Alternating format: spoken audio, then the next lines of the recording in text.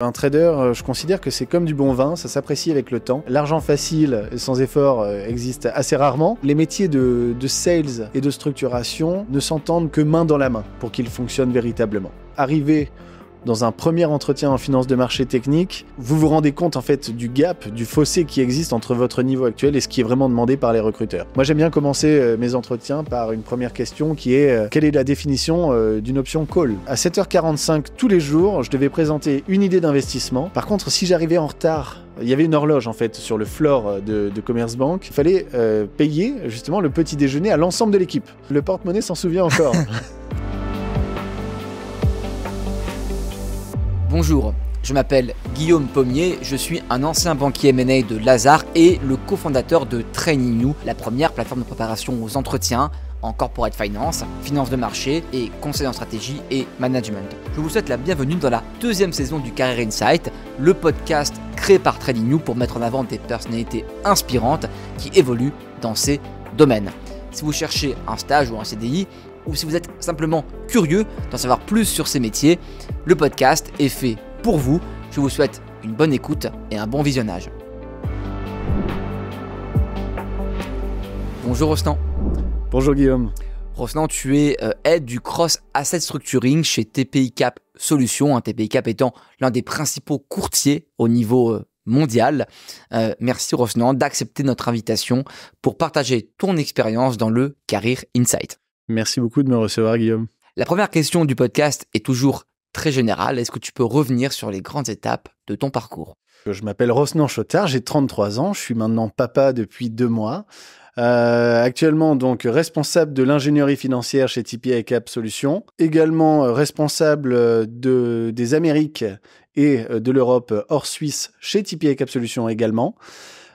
J'ai commencé ma carrière chez Commerzbank et puis ensuite chez CACIB où j'ai été structureur et puis vendeur avant de rejoindre le groupe TPI Cap. Il faut savoir aussi que je suis diplômé de l'ESSEC Business School et de l'ENSAE Paris Tech. Alors on va évidemment reparler de ces entreprises, mais je vais revenir sur le début. Et le début, ce sont tes études. Après ton baccalauréat, tu fais une classe préparatoire aux grandes écoles. À ce moment-là, avais-tu déjà une idée de ce que tu voulais faire après tes études? Oui, absolument. C'était absolument clair dans mon esprit que je voulais faire une classe préparatoire. Il faut savoir que voilà, quand j'étais un peu plus jeune, je voulais devenir tennisman. Et alors même si j'avais certainement aucune chance d'être pro, j'essayais d'analyser en fait tous mes matchs en regardant en fait toutes les données observables. Donc le nombre de coups droits gagnants, le nombre de revers gagnants, les fautes directes, les fautes indirectes, etc. Et j'ai commencé à faire beaucoup de statistiques sur ces matchs-là pour essayer de m'améliorer et voir comment est-ce que je pouvais transpercer l'échelle des classements au tennis. Et puis je me suis blessé. Et ça a coïncidé avec le moment où en fait mon cousin qui faisait simplement un stage de 2 mois, je crois, chez BNP, m'a parlé de la bourse en me disant qu'on ne pouvait pas prédire la bourse. Alors du coup, j'étais content, j'avais quelques notions en statistique et je me suis dit ça c'est un vrai challenge à ma hauteur.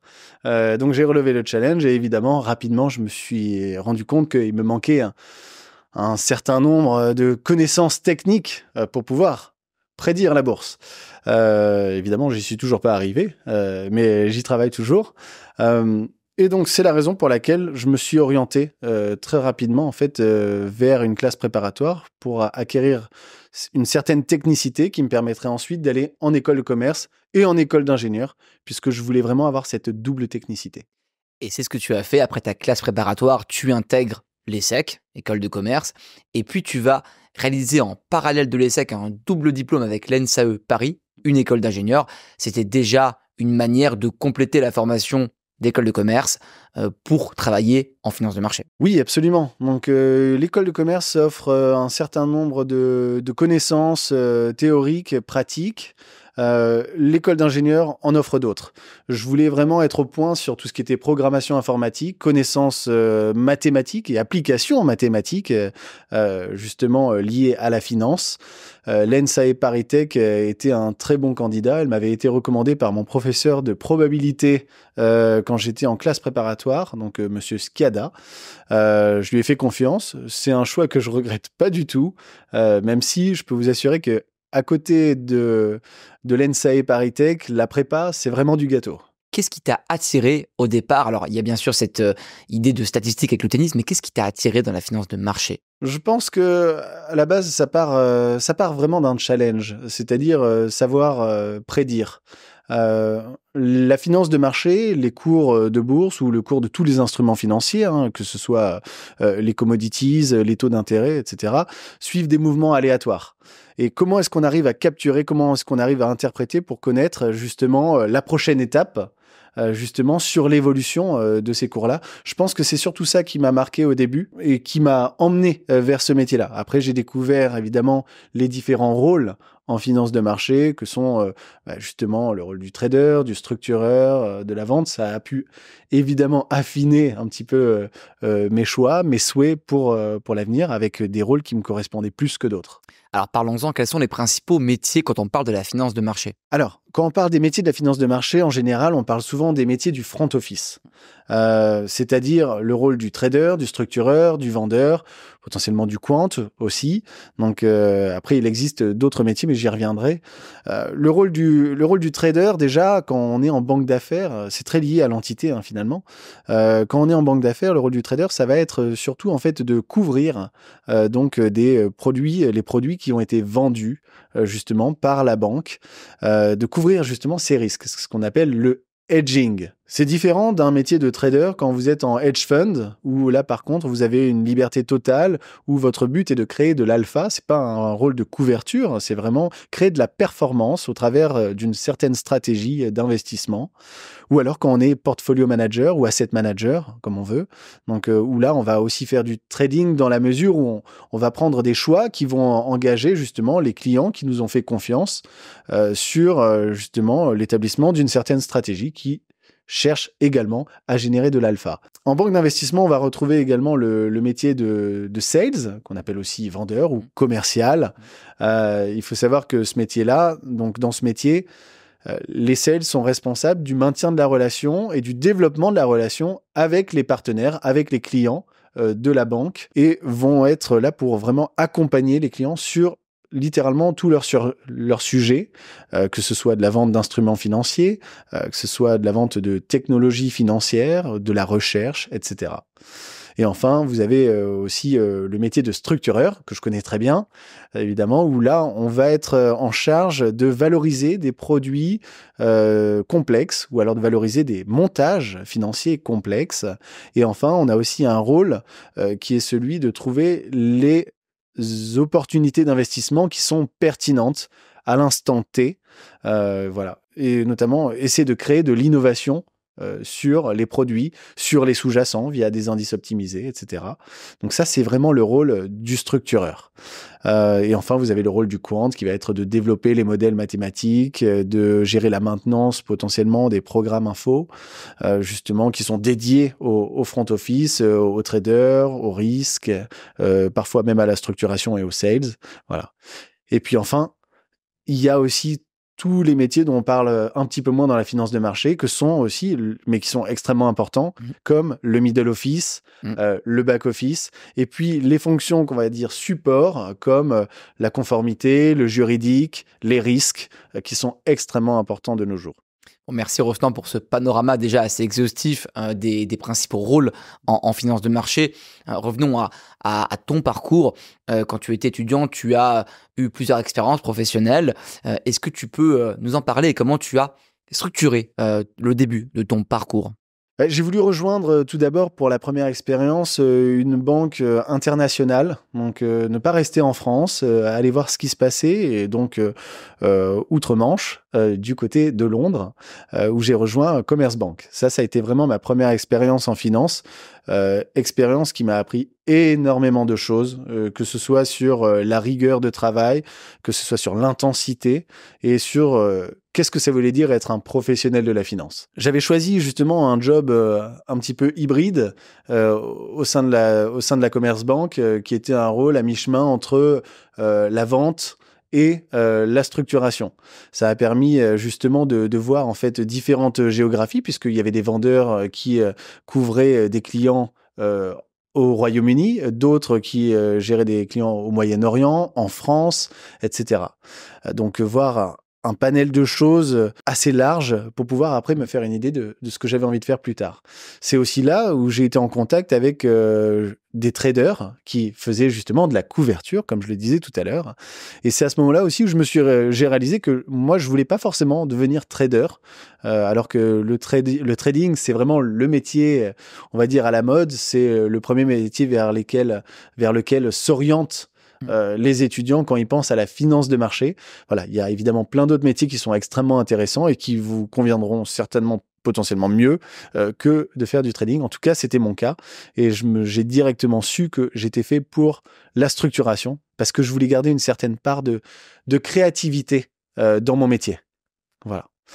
Par la suite, j'ai rejoint directement Crédit Agricole CIB à Londres, à nouveau, à la structuration, où j'ai commencé en structuration FX, donc sur les devises, ensuite crédit, et ensuite sur l'equity, où on a relancé en fait l'activité equity de Crédit Agricole CIB. Alors effectivement, tu commences ta carrière chez CACIB, donc c'est la banque d'investissement du Crédit Agricole, Crédit Agricole CIB, et là tu vas occuper différents rôles et tu commences ta carrière comme structureur à Londres. Tu reviendras ensuite à Paris après à peu près 1 an, donc analyste à Londres, puis associate et VP à Paris.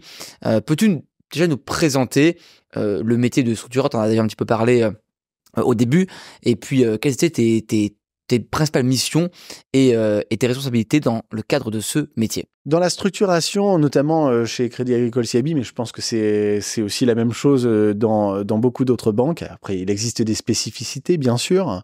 Donc, au sein de Crédit Agricole CIB, donc, premièrement, on reçoit un certain nombre de requêtes de la part des vendeurs.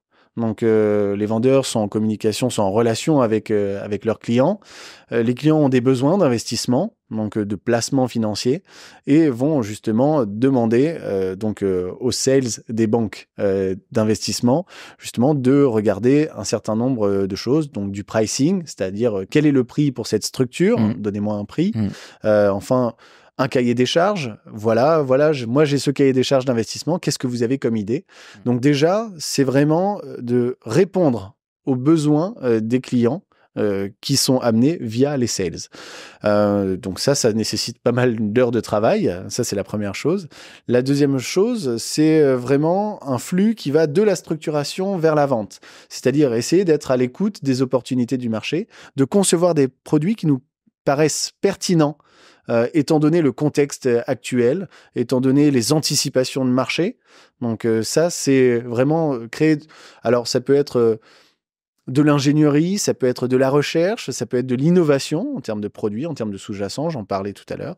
Et puis après, vous avez un troisième bloc dans le métier de la structuration qui va être d'avancer sur des projets. Ça peut être des projets d'automatisation qui vont servir pour améliorer le pricing des produits structurés, améliorer certains modèles mathématiques également qui servent à la valorisation des différents produits. Et puis après, ça peut être simplement créer justement des outils pour nos clients, donc sur Excel, sur VBA, sur Python, sur C++, etc., etc. Après quelques années chez CACIB, tu as eu un poste plus hybride entre sales et structuration. Est-ce que tu peux nous en dire un peu plus? Oui, absolument. Alors, j'ai eu la chance d'avoir un job hybride qui était à mi-chemin entre la vente et la structuration. Donc, j'avais en fait une équipe qui à la fois gérait directement des clients, donc qui faisait face aux clients et qui avait le pouvoir de valoriser ces fameux produits complexes, de créer de l'innovation directement en lien avec le trading et les quants. Et donc ça, c'est une expérience formidable parce que j'aime bien le fait d'éviter de scinder vraiment ces deux métiers dans la mesure où pour avoir une approche complète qui apporte la meilleure valeur ajoutée pour nos clients, il est important pour un structureur d'avoir un sens commercial et de se mettre dans la peau des clients. Et il est important pour un sales d'avoir toute la capacité technique d'innovation, de création, de génération d'idées. Donc voilà. Donc là, on était sur un mixte des deux qui nous a permis en fait de progresser et même de relancer aussi. Ça a largement participé au relancement de l'activité equity de Crédit Agricole CIB. Ce sont deux métiers qui sont finalement très liés, sales et structureurs. Absolument. à l'heure actuelle, au sein de TP ICAP Solutions, la structuration est omniprésente auprès des vendeurs. Donc, puisqu'on a vraiment besoin de comprendre leurs besoins, on a besoin d'avoir des remontées. Eux le font déjà naturellement, mais on a besoin aussi d'aller un peu plus dans le détail, de comprendre quelle est vraiment la solution, le cahier des charges, pouvoir affiner, etc. Les métiers de sales et de structuration ne s'entendent que main dans la main pour qu'ils fonctionnent véritablement. Après à peu près 5 ans chez Cassib, tu rejoins le courtier TP ICAP. Pourquoi ce choix ? Après 5 ans passés en fait au Crédit Agricole CIB, je pense que j'avais envie aussi d'avoir une autre expérience dans une autre entité. Pourquoi pas chez un courtier. Et j'ai saisi l'occasion. J'ai saisi aussi l'occasion parce que c'était un projet qui était entrepreneurial finalement. Donc TP ICAP Solutions venait de se créer. Je devenais responsable de l'ingénierie financière, qui a été mon premier amour, si je puis dire. Et j'avais envie d'accompagner en fait justement une nouvelle équipe vers le lancement d'une nouvelle activité et je l'espère aussi vers le succès. Peux-tu nous présenter TP ICAP ? Oui, alors TP ICAP, c'est le plus grand courtier mondial, donc résultat de la fusion entre Toulette Prébonne et ICAP. Alors, le rôle du courtier, c'est principalement d'être un fournisseur de liquidités. Donc, on est spécialisé dans l'interdealer broking, donc ça veut dire qu'en fait, finalement, on va se placer au milieu des banques ou des institutionnels pour leur apporter la liquidité nécessaire sur un certain nombre d'actifs, donc sur les actions, sur même des dividendes, sur des options, sur des dérivés, mais aussi des commodities ou des taux d'intérêt au travers des swaps ou des cross-currency swaps. Voilà. Et au sein de TP ICAP, vous avez également des équipes comme Midcap Partners qui vont travailler sur le financement, sur de la recherche, small et mid cap par exemple, ou même des IPO, donc des introductions en bourse, et TP ICAP Solutions qui va être véritablement dédié en fait à l'accompagnement des investisseurs qui sont des entreprises, des institutionnels, donc des compagnies d'assurance, des mutuelles, des instituts de prévoyance, des associations, etc. Et aussi des acteurs de la distribution, donc les conseillers en gestion de patrimoine, les family office, les banques privées, donc sur leur placement. Donc, c'est-à-dire leur placement pour générer un certain nombre de rendements, pour faire de la couverture, pour des contraintes réglementaires, par exemple. Donc, il y a un certain nombre de choses qu'on fait et on distribue principalement donc des produits structurés, mais on peut aussi faire du monétaire, des obligations, des fonds de dette privée ou de private equity même. Alors, je l'ai rappelé au début du podcast, tu occupes aujourd'hui le rôle de head du cross asset structuring chez TP ICAP Solutions. À quoi ressemble ton quotidien ? Le quotidien est très très très varié. Si je prends par exemple la journée d'hier, donc à 8h30, on commence par un petit déjeuner, donc avec certains investisseurs justement qui font partie de nos partenaires.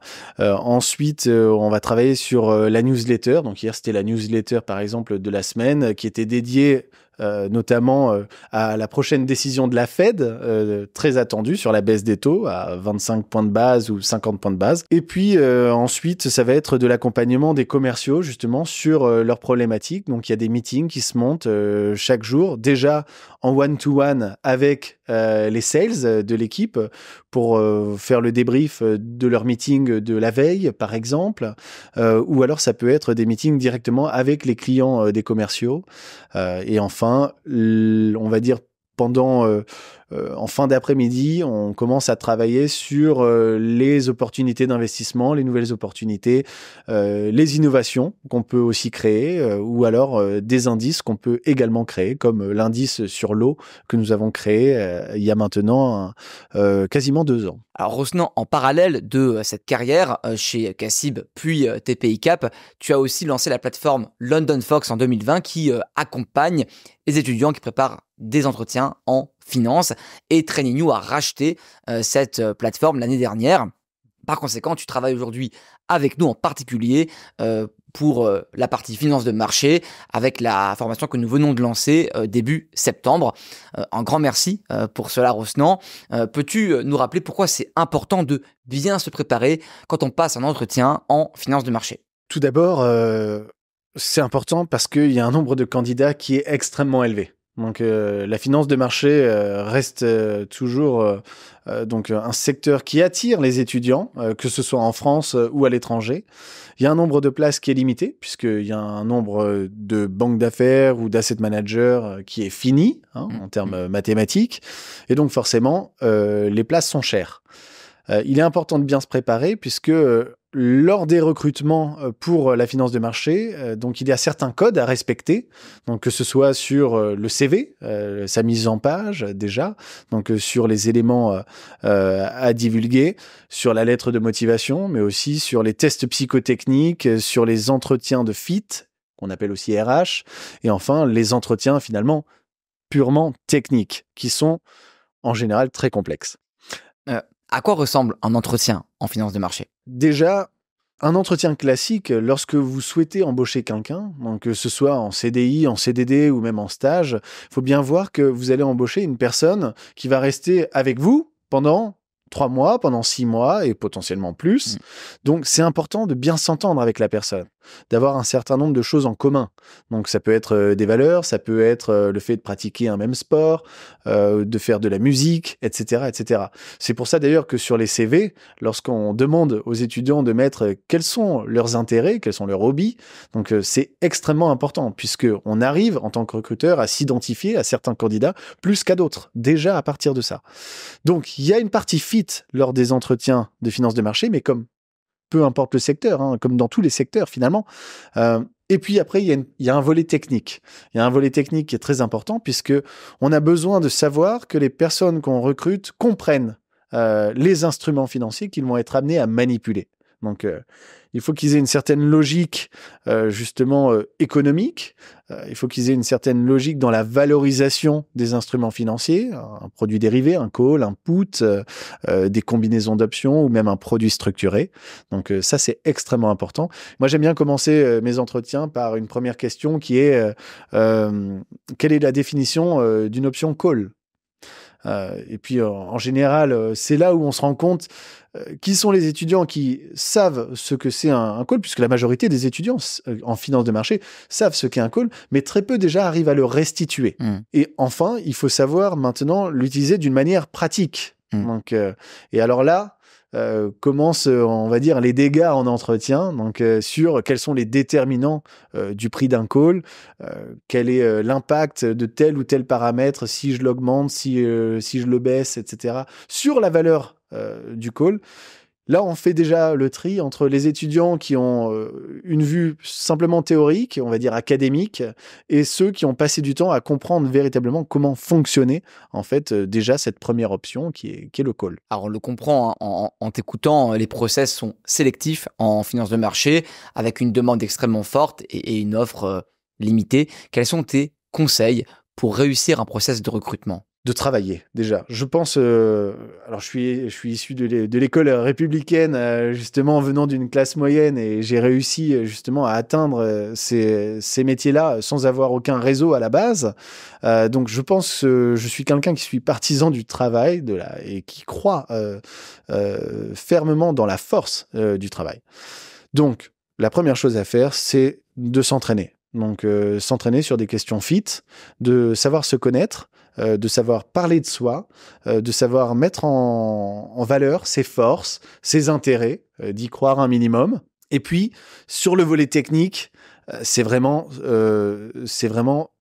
revoir un certain nombre de marchés, d'actifs, passer beaucoup de temps à faire malheureusement de la littérature, mais on est tous passés par là. Donc, il faut acquérir une certaine culture financière. Il faut se préparer avec des questions qui sont techniques parce que arriver dans un premier entretien en finance de marché technique, vous vous rendez compte en fait du gap, du fossé qui existe entre votre niveau actuel et ce qui est vraiment demandé par les recruteurs. Donc, profitez de chaque moment pour aller passer des entretiens. Donc, pour justement être à niveau et puis le jour où vous avez vraiment l'offre qui vous correspond, être vraiment prêt. C'est pour ça que la plateforme justement de finance de marché, que ce soit via London Fox avant, et maintenant celle de TrainingView, du coup, sont des plateformes qui sont extrêmement pertinentes puisqu'elles vont s'adresser à des étudiants qui savent pas forcément d'où partir pour travailler ces entretiens techniques. Il va y avoir justement un socle de fondamentaux, des bases à connaître, qui sont évidemment très bien expliquées sur la plateforme. Et ensuite, on va monter en complexité. Donc, on va commencer par justement décliner des options vanille. On va ensuite les assembler. On va enfin créer des produits structurés. On va regarder ça sur le marché actions, sur le marché du FX, sur le marché du crédit, sur le marché des taux. Donc, c'est quelque chose d'assez large et qui permet de répondre à l'ensemble finalement des entretiens techniques qu'on peut avoir. Alors, recrutement sélectif et puis métier passionnant derrière si on obtient évidemment cette offre. Donc, il faut travailler et préparer vos entretiens sur London Fox ou TrainingView. J'en viens maintenant à quelques mythes autour de la finance de marché, Rosnan, et tu vas nous aider à clarifier la vie d'un professionnel en finance de marché. Je vais faire de mon mieux. Il y en a 4 que j'aimerais voir avec toi, Rosnan. Le premier, c'est le mythe du fameux Golden Boy qui gagne des millions en achetant et vendant des produits à la bourse, tel qu'on le pourrait le voir dans les films que tout le monde connaît, si vous vous intéressez un peu à ces sujets. Vrai ou faux? Alors, le mythe du Golden Boy, oui, il en existe. Je vais pas vous dire le contraire. Après, c'est extrêmement rare. L'argent facile, sans effort, existe assez rarement. Après, il y a des personnes qui ont d'excellentes idées et grâce à leurs idées, grâce à leur force de travail, grâce à leurs convictions, donc à leurs relations, ils vont pouvoir créer quelque chose qui va générer beaucoup de revenus. Donc, c'est particulièrement vrai en finance, c'est également vrai dans la tech, etc. Donc, j'ai envie de dire qu'il existe des Golden Boys autant en finance que dans d'autres secteurs. Après, maintenant, si votre but est de devenir riche comme Crésus, si vous travaillez dans une banque d'investissement, il va falloir attendre quelques années peut-être, de passer quelques étapes, de monter. Mais il est peu probable, à moins que vous deveniez le CEO d'une grande banque d'investissement, que vous soyez riche comme Crésus.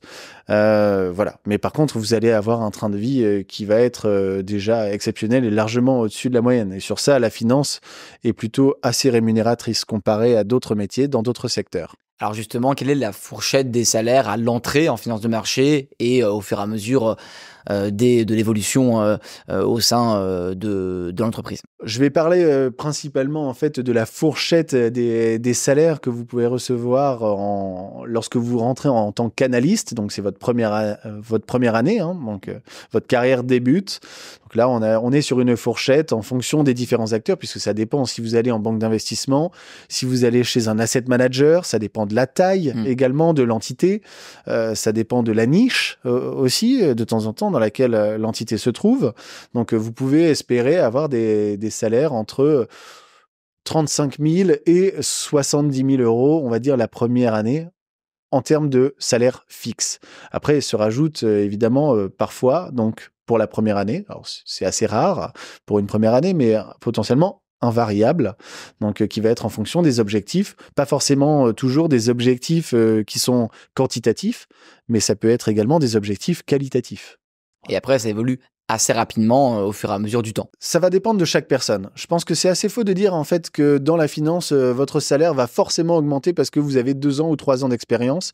À un moment donné, il y a des personnes qui sont brillantes, qui vont progresser plus vite que d'autres qui, malheureusement, le sont moins ou ont mis moins de cœur à l'ouvrage.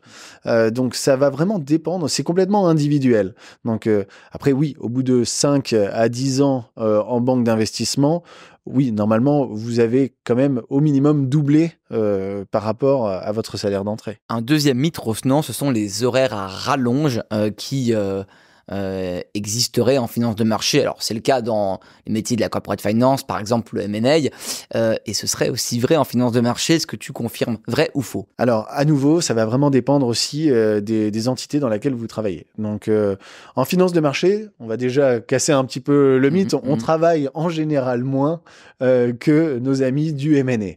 Voilà, ça c'est la première chose. Après, à titre personnel, quand j'étais chez Commerzbank, je commençais à 7h45 le matin et Plutôt que les banquiers M&A quand même. Plutôt que les banquiers M&A, mais je finissais seulement à 23h minuit. Donc voilà, mais ça reste un rythme qui est évidemment pas simple à gérer, donc je n'envie pas forcément de mes camarades du M&A sur ça. Après, en général, la finance de marché, sur la majorité des postes, vous n'avez pas ces horaires à rallonge. On suit quand même en fait les marchés financiers, c'est-à-dire que la journée commence avec l'ouverture des marchés et se finit quelques petites heures après la fermeture des marchés financiers. Voilà, donc je dirais que c'est moins le cas en finance de marché qu'en corporate finance. Par contre, ce qui va changer, c'est le rythme, c'est l'intensité donc, de votre journée. En finance de marché, votre journée est extrêmement dense. Et ça vous donne un grand mal de tête potentiellement en fin de journée parce que tout va très très vite. Lorsqu'il y a une demande d'un client, lorsqu'il y a des pricing à faire, donc tout ça doit être fait en quelques minutes top chrono. Donc c'est important d'être extrêmement rapide, d'être extrêmement rigoureux dans cette rapidité parce que une erreur peut coûter gros, une erreur peut coûter cher, mais c'est vraiment cette intensité qui va être radicalement différente entre la finance de marché et la corporate finance. Le troisième mythe, ce sont les compétences extrêmement fortes en mathématiques qu'il serait nécessaire d'avoir pour travailler en finance de marché. Vrai ou faux ? Alors, je dirais que ça va dépendre des postes. Donc, pour certains postes, évidemment, c'est un mythe. Donc, vous n'avez pas besoin d'avoir un doctorat en mathématiques appliqué à la finance, en théorie de la mesure, en probabilité, etc. Après, c'est un vrai plus. Donc, de savoir maîtriser les concepts mathématiques, de mathématiques financières, finalement. Donc, c'est un vrai plus pour comprendre, en fait, l'écosystème dans lequel on interagit, de comprendre la valorisation des instruments.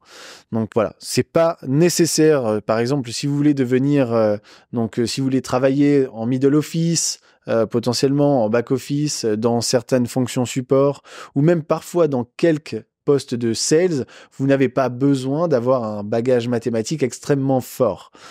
Par contre, si vous êtes un sales qui est extrêmement technique, ça va vous donner une valeur ajoutée incroyable pour vos clients. Et souvent, on entend que les profils ingénieurs correspondent davantage au métier en finance de marché, tandis que les étudiants en école de commerce s'orientent davantage vers la corporate finance. Tu en penses quoi ? Moi, je pense qu'il faut tout pour faire un monde. Donc, et par exemple, si je prends le métier de la structuration, qui est un métier qu'on pourrait dire très axé sur les mathématiques, sur l'ingénierie, puisque la structuration, c'est de l'ingénierie financière, je pense qu'il est important de ne pas avoir que des ingénieurs. Je pense qu'il faut aussi avoir des personnes issues des universités ou des écoles de commerce. Ça permet d'avoir un certain nombre d'idées, donc un plus large panel, en fait, de réflexion sur les marchés. Donc, puisqu'il y a des personnes qui vont être potentiellement issues d'écoles d'ingénieurs, qui vont avoir une approche très technique, parfois graphique, parfois modèle, sur les modèles mathématiques, et les différents modèles financiers de valorisation. Et puis après, vous allez avoir aussi des personnes issues d'écoles de commerce qui vont réfléchir à la macro, à la géopolitique, aux méga tendances, qu'on appelle les méga trends pour l'investissement. Et je pense que c'est important d'avoir vraiment tous ces profils-là dans une équipe de structuration. Pourtant, on pense toujours que la structuration n'est faite que pour des ingénieurs. En trading, c'est peut-être un peu moins le cas, puisque vous avez besoin aussi d'avoir un certain volet sur la programmation informatique, mais aussi des connaissances vraiment fondamentales, donc pour comprendre les modèles de valorisation derrière. Et en sales, des ingénieurs et des personnes d'école de commerce peuvent aussi bien réussir les unes que les autres. Le quatrième mythe, c'est celui d'un âge d'or de la finance de marché qui aurait existé dans les années 80, 90, 2000 et qui aurait été mise à mal d'abord par la crise des subprimes en 2008, puis par l'automatisation progressive de certaines tâches sur les floors en finance de marché. Vrai ou faux ? Alors, le mythe de l'âge d'or de la finance, oui, c'est sûr que quand on parle avec des personnes qui étaient déjà présentes sur les marchés dans ces ces années-là, ils vous diront que c'était formidable. Après, c'était formidable parce qu'il y avait moins de réglementation.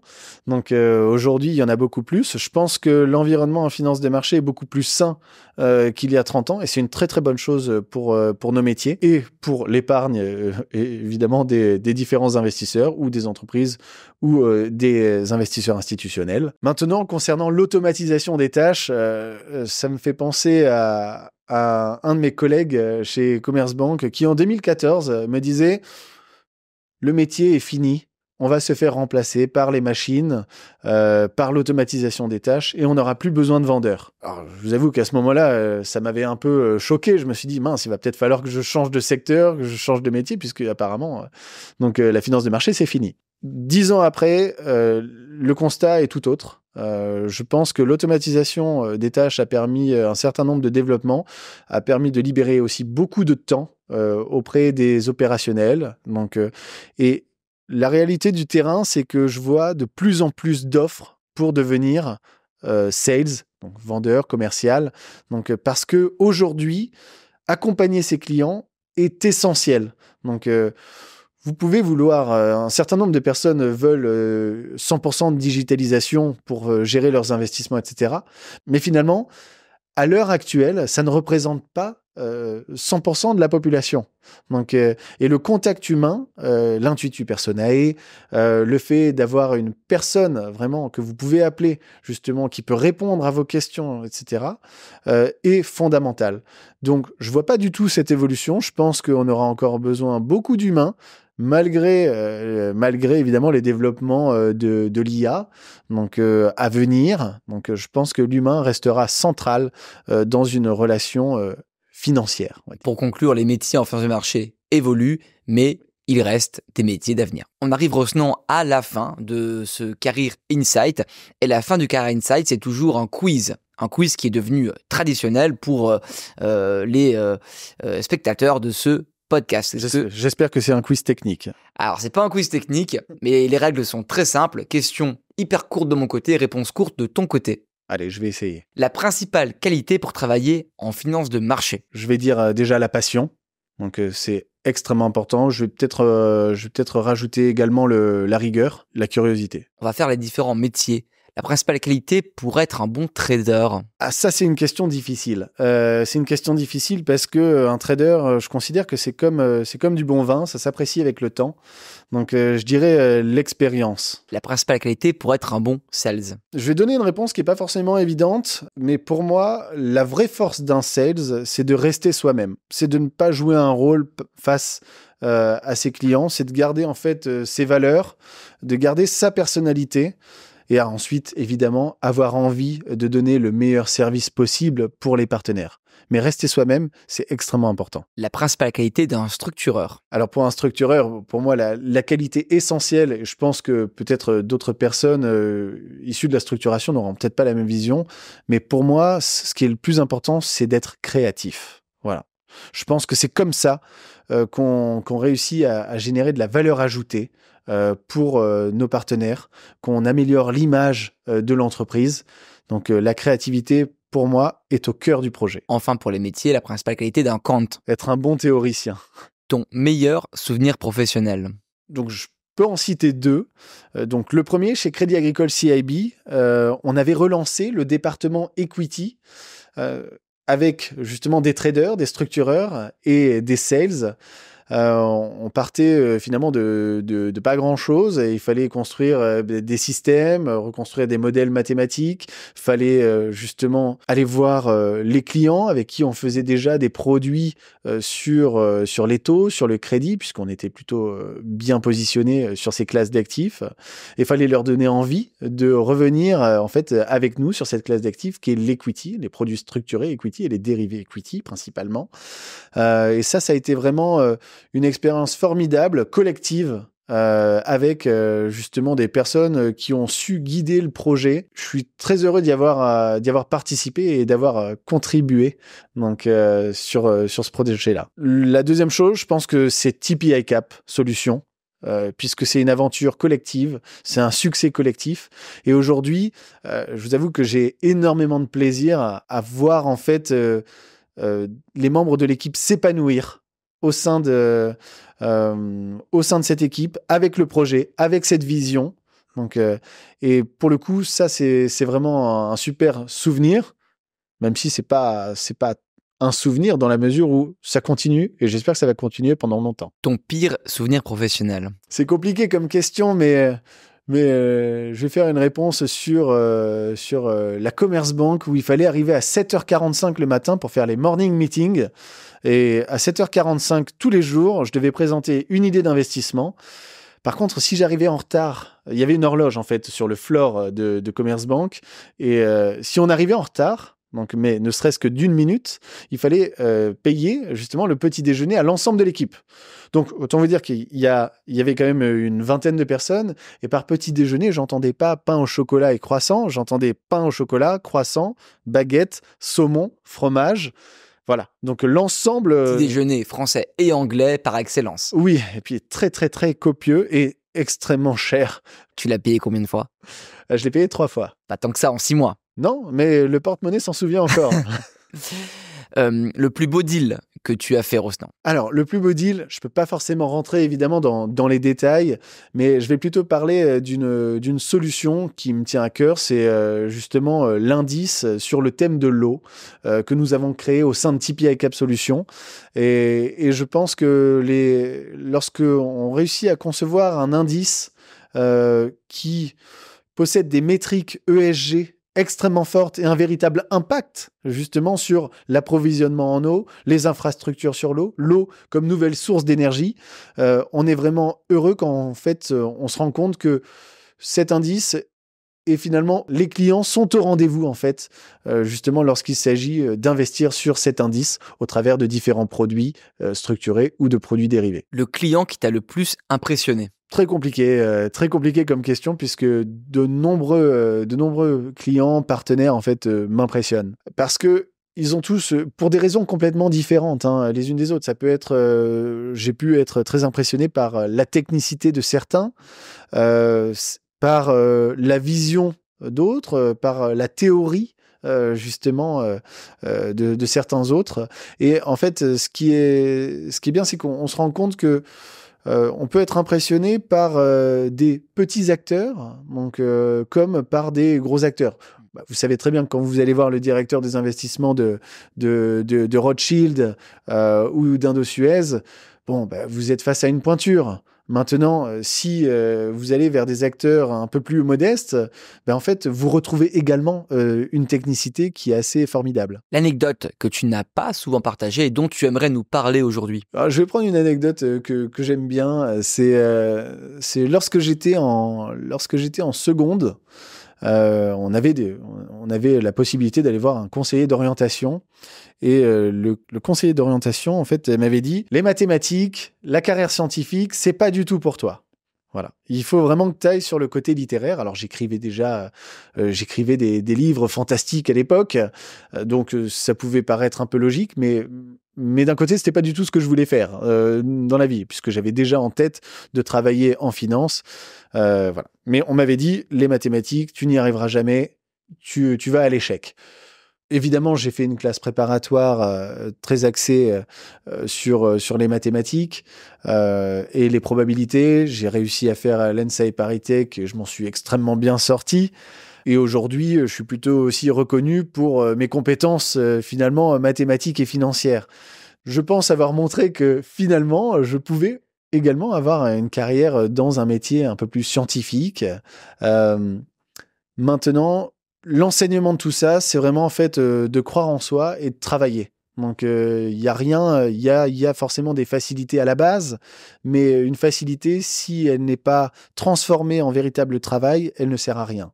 Voilà. Donc je pense que contre le fatalisme de se dire bah oui, je suis peut-être pas fait pour ça, pourtant j'ai envie de le faire, ou j'ai des facilités donc ça devrait marcher et donc j'ai pas besoin de travailler. Donc je pense que ces deux aspects-là doivent être pris en compte par les étudiants et s'ils veulent réaliser leurs rêves plus tard. Donc si leur rêve par exemple c'est la finance, sachez que vous pouvez y arriver. Et on est bien sûr là pour les aider à réussir leurs rêves. Ma dernière question, Rostand, pour toi, le conseil que tu donnerais au jeune Rostand Chotard qui étudiait à l'ESSEC et à l'ENSAE au début des années 2010. d'avoir peut-être un meilleur équilibre entre vie privée et vie professionnelle, surtout durant la vingtaine. Donc, parce que la vingtaine passe extrêmement vite, et c'est vrai qu'aujourd'hui, bon, je suis pas bien vieux, je n'ai que 33 ans, donc, mais c'est vrai que en fait, j'ai pas vu passer cette vingtaine, parce que soit j'étais au travail académique avec l'ESSEC et avec l'ENSAE, soit finalement j'étais déjà en train de travailler en banque avec des horaires parfois pas possibles.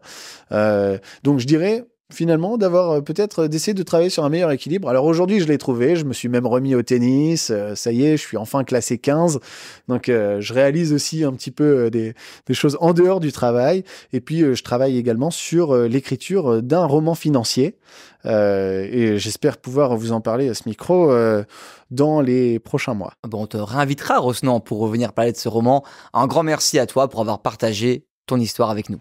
Merci beaucoup, Guillaume. Merci d'avoir suivi ce podcast. Je vous donne rendez-vous pour un prochain épisode du Career Insight. Pour retrouver les précédents épisodes du Career Insight, mais aussi de notre autre podcast, Chose au Career, rendez-vous sur YouTube, Spotify ou Apple Podcast. N'hésitez pas aussi à nous suivre sur LinkedIn, Instagram et TikTok pour être au courant de l'actualité de ces métiers, et à vous abonner à la plateforme TrainingNew si vous cherchez un stage ou CDI pour booster votre préparation.